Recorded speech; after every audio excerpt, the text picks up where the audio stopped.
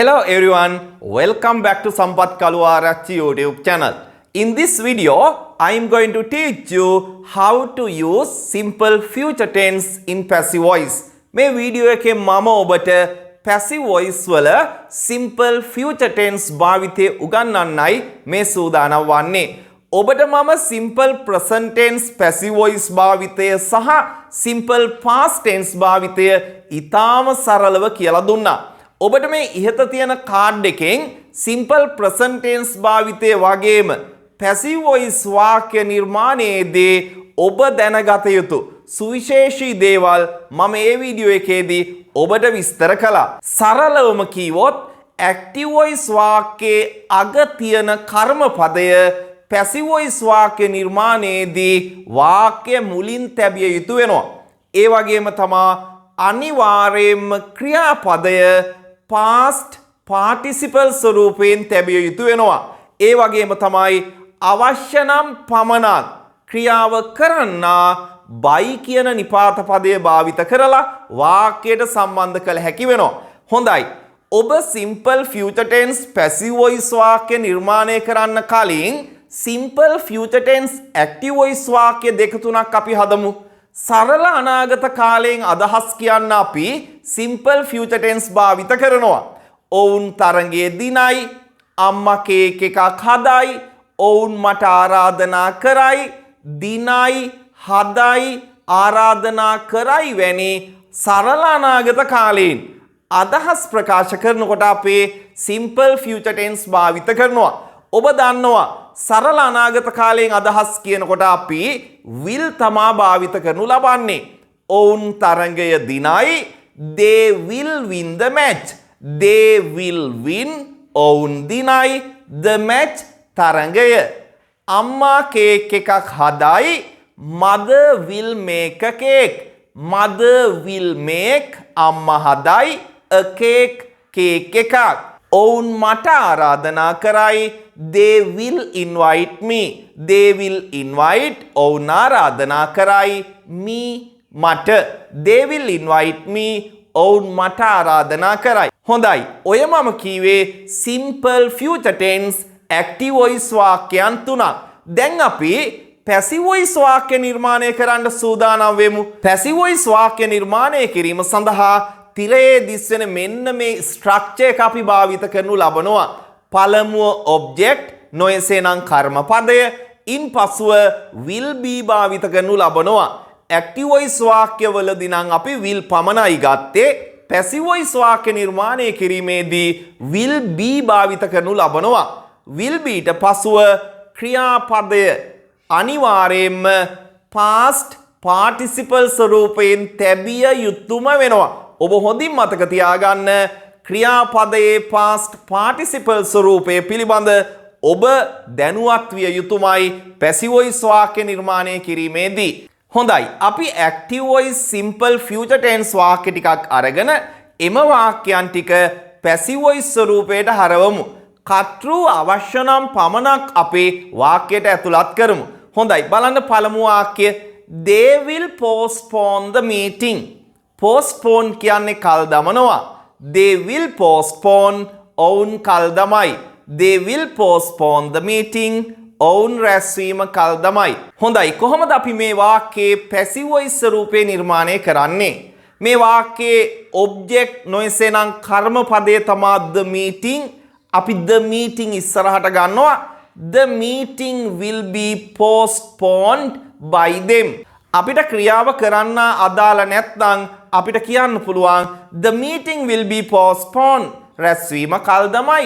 The meeting will be postponed, රැස්වීම කල් දමයි. අන්න ඒ ආකාරයට අපි දෙවෙනි වාක්‍යයට යමු. Children will decorate the classroom. Decorate කියන්නේ සරසනවා. Children will decorate, ළමයි සරසයි, නොයසේනම් සරසාවි, the classroom, පන්ති කාමරය. කොහොමද මේ වාක්‍යයේ passive voice ස්වරූපේ නිර්මාණය කරන්නේ? අපි ඉස්සරහට ගන්නේ the classroom. The classroom will be ඊට පස්සේ ක්‍රියාපදයේ past participle ස්වරූපය. The classroom will be decorated by children.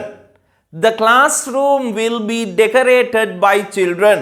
පන්ති කාමරය සරසාවි ළමයි විසින්. ළමයි විසින් කියන එක අවශ්‍ය නැත්නම් the classroom will be decorated කියලා අපිට කියන්න පුළුවන්. පන්ති කාමරය සරසයි. The classroom will be decorated. හොඳයි. අපි තුන්වෙනි වාක්‍යයටත් අවධානය යොමු කරමු. They will hold the O-level exam in May. ඔවුන් O-level විභාගයේ මැයි මාසයේ පවත්වාවි. They will hold. hold කියන්නේ පවත්වනවා. They will hold. ඔවුන් පවත්වාවි the OL exam O-level විභාගය in May. මැයි මාසයේදී. මේ වාක්‍ය නිර්මාණය කරන්නේ අපි කොහොමද? passive voice රටාවෙන්. අපි සිංහලෙන් කිව්වොත් O-level විභාගයේ මැයි මාසයේ පවත්වාවි කියලා අපි කොහොමද passive voice වලින් කියන්නේ? අපි ඉස්සරහට ගන්නේ the OL exam. නොඑසේනම් the O-level exam will be held. hold කියන ක්‍රියාපදයේ past participle ස්වරූපය held. The O-level exam will be held in May. O-level විභාගය මැයි මාසයේ පවත්වයි. by them කියලා වාක්‍යයට සම්බන්ධ කරන්න අවශ්‍ය නැහැ. ඔවුන් විසින් කියලා කියන්න අවශ්‍ය නැහැ. O-level විභාගයේ මැයි මාසයේ පවත්වයි. The OL exam will be held in May. අනේ ආකාරයට තමයි අදහස නිවැරදිව ප්‍රකාශ කරන්නේ. හොඳයි. අපි තවත් වාක්‍යයට අවධානය යොමු කරමු. They will change this system. ඔවුන් මේ ක්‍රමය වෙනස් කරයි. They will change. ඔවුන් වෙනස් කරයි. this system මේ ක්‍රමය. කොහොමද කියන්නේ මේ ක්‍රමය වෙනස් කරයි ඔවුන් විසින් කියලා? අපි ඉස්සරහට ගන්නේ this system ඊට පස්සේ will be භාවිත කරනවා. this system will be changed by them. ඊටාම සරලව මම හිමිහිට ඔබට කියලා දෙන්නේ. this system will be changed by them. මේ ක්‍රමය වෙනස් කරයි ඔවුන් විසින්. එහෙම නැත්නම් ඔවුන් විසින් මේ ක්‍රමය වෙනස් කරයි. this system will be changed by them. අපි by them කියන එක අයින් කරොත් කොහොමද කියවෙන්නේ? this system will be changed. මේ ක්‍රමය වෙනස් කරයි. අන්නේ විදිහට තමයි අදහස ප්‍රකාශ වෙන්නේ. හොඳයි. අපි තවත් වාක්‍යයකට අවධානය යොමු කරමු. they will import vehicles next year. ඔවුන් ලබන අවුරුද්දේ වාහන ආනයනය කරයි. they will import. ඔවුන් ආනයනය කරයි. vehicles වාහන next year ලබන අවුරුද්දේ. vehicle නෙවෙයි correct pronunciation එක vehicles. ඔබ මොකද බලයි? ඔබ දන්නේ නැත්නම් correct pronunciation එක මම vehicles කියන්නේ ඇයි කියලා බලයි. vehicle නෙවෙයි හරි උච්චාරණය. ඔබ මතක තියාගන්න vehicles. that is the correct pronunciation. හොඳයි. they will import vehicles next year. ඔවුන් ලබන අවුරුද්දේ වාහන ආනයනය කරයි. ලබන අවුරුද්දේ වාහන ආනයනය කරයි කියලා කොහොමද passive voice වලින් කෙලින්ම කියන්නේ? අපි ඉස්සරහට ගන්නවා vehicles. vehicles will be imported next year. vehicles will be imported next year. වාහන ලබන අවුරුද්දේ ආනයනය කරයි. by them කියලා වාක්‍යයට ඇතුළත් කරන්න අවශ්‍ය නැහැ. හොඳයි. අපි තවත් වාක්‍යයකට අවධානය යොමු කරමු. the teacher will punish me. ගුරුවරිය මට දඩුවම් කරයි. කොහොමද මේ වාක්‍ය passive voice වලින් කියන්නේ? me කියන object එක වාක්‍ය මුලට එනකොට I බවට පත් වෙනවා. I will be punished by the teacher. I will be punished by the teacher. මට දඩුවම් කරයි ගුරුතුමිය විසින්. ඇත්තටම මෙහිදී by the teacher කියලා වාක්‍යයට සම්බන්ධ කරන්න ඒ තරම්ම අවශ්‍ය වෙන්නේ නැහැ. මට දඩුවම් කරයි කියලා කොහොමද කියන්නේ? I will be punished කියලා. මේ විදිහටම කොහොමද කියන්නේ අපිට දඩුවම් කරයි කියලා? මුලට දානවා we. We will be punished. අපිට දඩුවම් කරයි.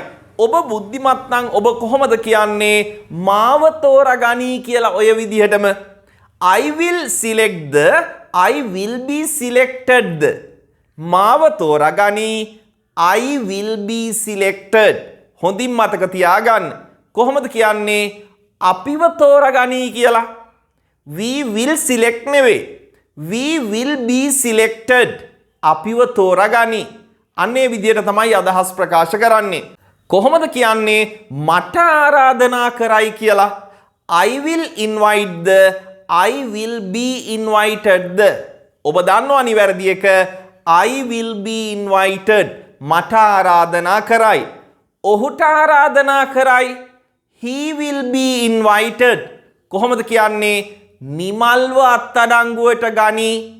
Nimal will arrest the, Nimal will be arrested the. Nimal will be arrested. නිමල්ව අත්අඩංගුවට ගනි. එවැනි වාක්‍ය පැසිව් වොයිස් වාක්‍යයන් ඔබ හොඳින් මතක තියාගන්න. මට තෑග්ගක් දෙයි. I will be given a present. I will be given මට දෙයි a present තෑග්ගක්. එවැනි වාක්‍ය පැසිව් වොයිස් වාක්‍යයන් ඔබ හොඳින් අවබෝධ කරගන්න. ඔබ දැක්කොත් එවැනි වාක්‍යයන් එහි තේරුම ඔබ පටල ගන්න නැතුව අවබෝධ කරගන්න. හොඳයි. එහෙනම් අපි simple future tense වාක්‍යයේ passive voice භාවිතය මම ඔබට කියලා දුන්නා. හොඳින් මෙම වීඩියෝ එක නැවත නැවත බලලා අවබෝධ කරගන්න. අපි තවත් අලුත් වීඩියෝ එකකින් හමු වෙමු. ගිහින් එන්නම්. Have a nice day. Bye.